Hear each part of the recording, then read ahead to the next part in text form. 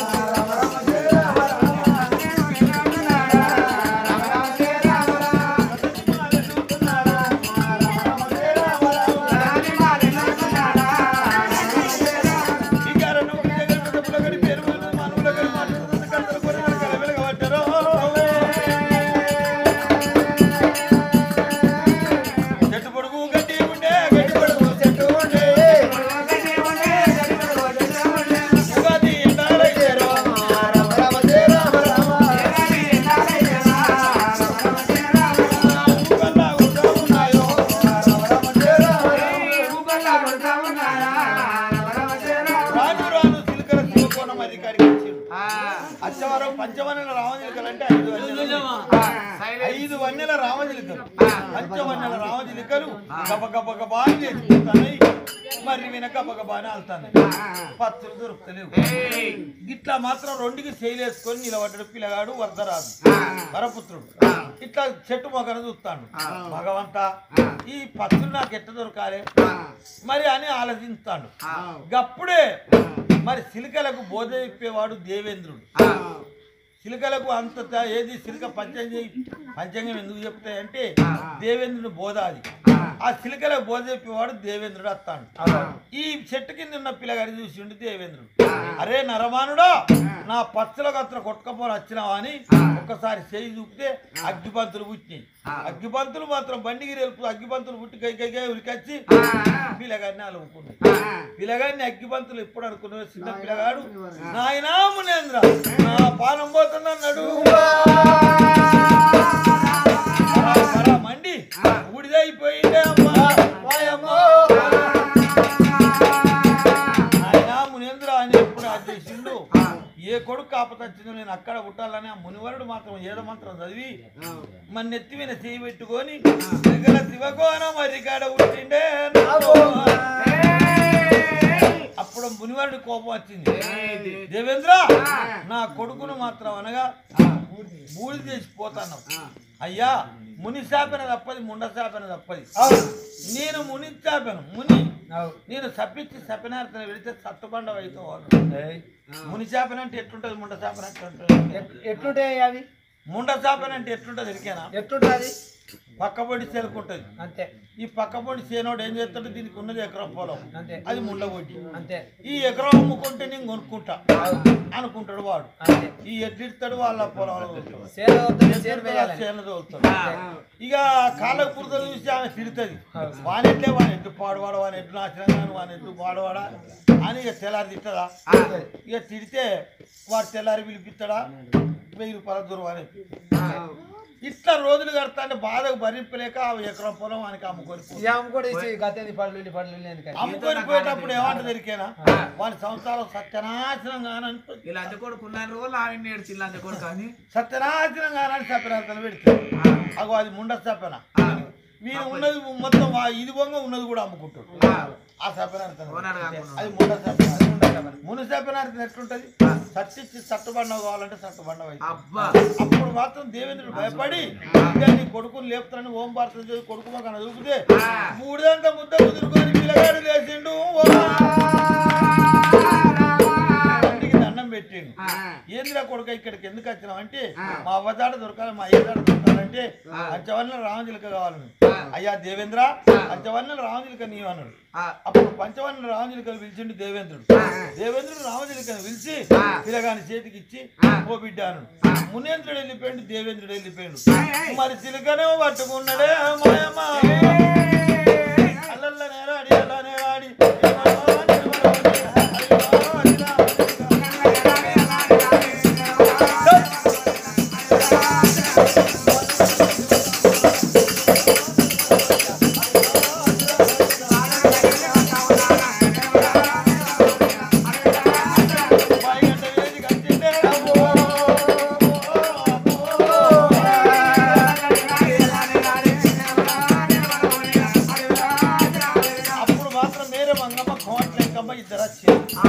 బిడ్డలారా తెచ్చుకున్నావు అంటే తెచ్చుకున్నావు మసీలుకున్నావు వీళ్ళు అని చెప్పారు కానీ ఇట్లా చచ్చట్లేరు ఇసం పెడదామని వాళ్ళిద్దరు పన్నాగం పొంది బిడ్డ మా ఇంటికాడ అన్నం పెడతావు రాని మీకు అన్నం దొరుకుతలేదు కదా అన్నం పెడతావు రమ్మని ఇద్దరు పిల్లలది ముగ్గురు పిల్లలు చేసుకున్నారు భవనాల వేటికి వస్తారు వాళ్ళు సీతారామల చేనుడా మాయమ్మ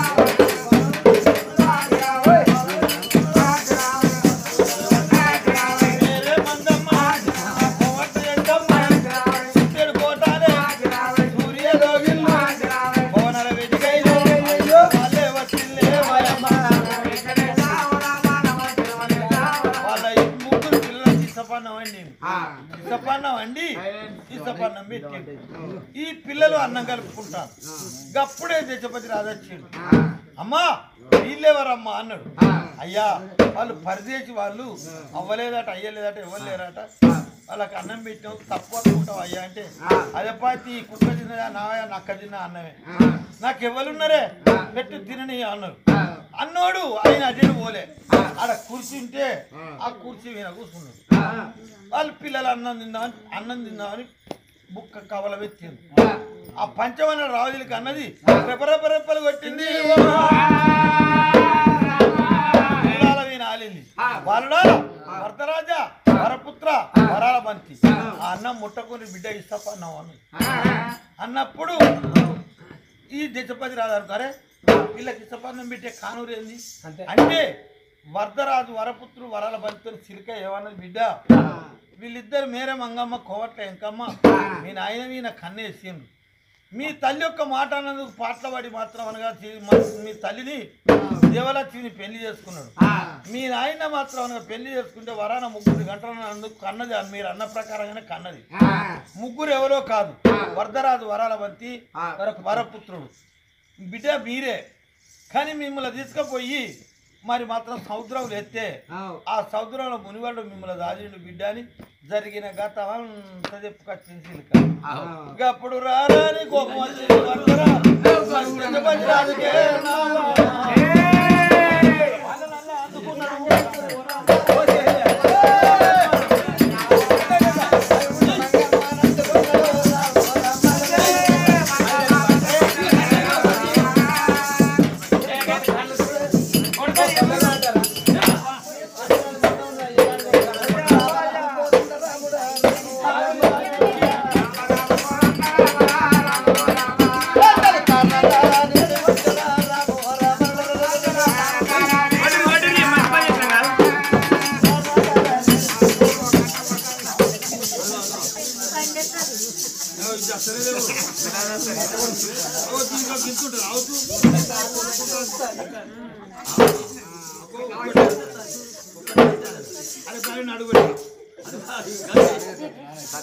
మరి గానాడు వరదరాజు వరపుత్రుడు మరి మాత్రం నాయనమ్మ అవెక్కడ ఉన్నంటే బంధకాలు భగవంతుని దయ వల్ల బంధకాల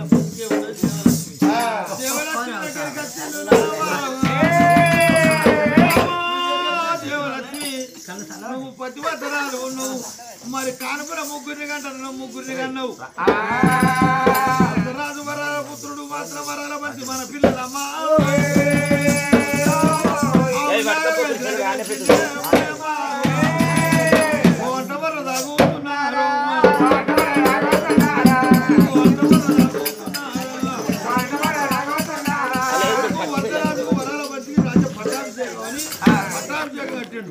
మరి వాటి రోజున మాత్రం మరి ఇవాటి రోజున బాకారం వారిలల్లా ఐలయ్య పేరు రామ కీర్తన చెప్పించిన వారి కలుగు పుణ్యాలు కలుగుతాం పతి మంగళం మాధవరాణి